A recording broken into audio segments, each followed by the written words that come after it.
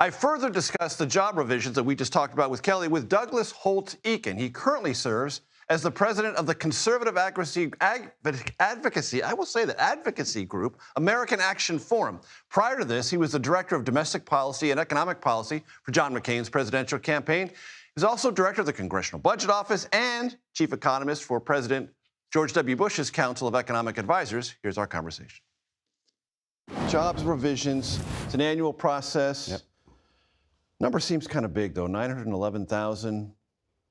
0.6% of the entire U.S. labor market. The historical standard is 0.2%. Mm-hmm. How much of a deal is this, and what does it tell us that we didn't already know? So it is a big deal because, 0.6 miss is a big miss for the BLS and should be something you pay attention to. So what's going on? Well, the U.S. economy is getting bigger. There are more workers, there are more firms every year. And the BLS has a flat budget and a flat staff, shrinking staff right now, and the same sample every month. So we're getting a smaller and smaller snapshot of the actual economy. On top of that, now we're getting this very low quote response rate. The firms don't answer the survey or they can do it late. So smaller snapshot. So we're getting a less complete picture in the monthly data. And then when they go to do the revision, they've got a really big picture and they compare them, and we're off by more. That's what's going on. Does that mean the Biden economy in its last year was worse than it looked? Certainly that, half the jobs being created that they thought.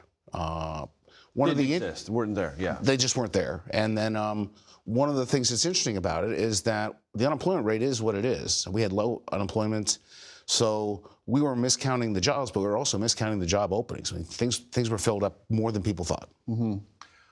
What is your definition, or description rather, of what the Trump economy is today? Dead in the water. By that you mean? If you look out there in the labor market, no one's getting hired. We don't have mass layoffs. No one's getting fired. It's just stalled. Things are frozen. Stalled. Absolutely. There's some bad parts, like manufacturing is in open decline. We're down almost 40,000 jobs this year. The private sector in the past 4 months, outside of healthcare, has not really shown any job growth. So that's a very flat labor market. And it's been described in many articles that I've read, Doug, that this is a very discouraging job market for recent college graduates. Absolutely true.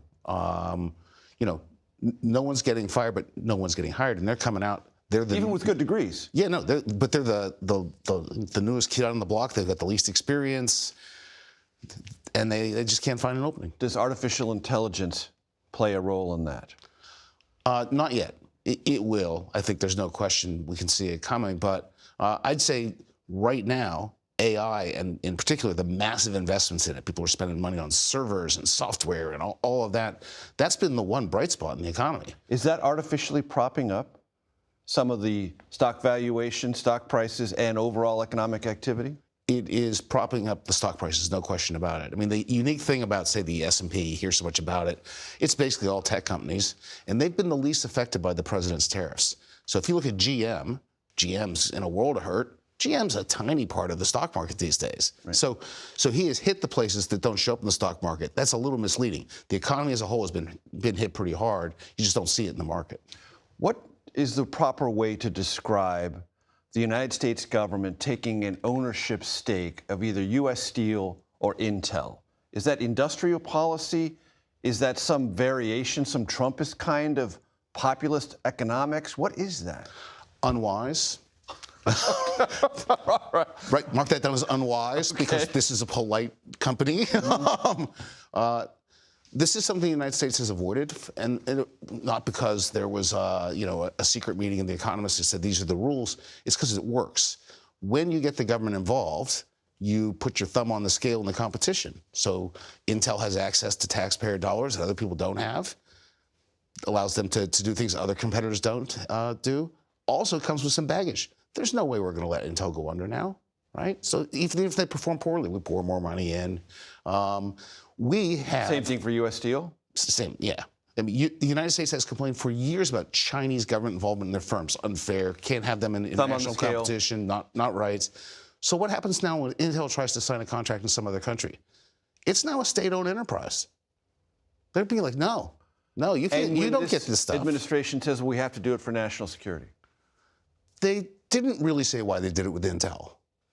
They said there were national security considerations. Yeah, well, but they wave that flag around a lot. You know, that to me is a little frustrating, and I'll give you the very specific example why.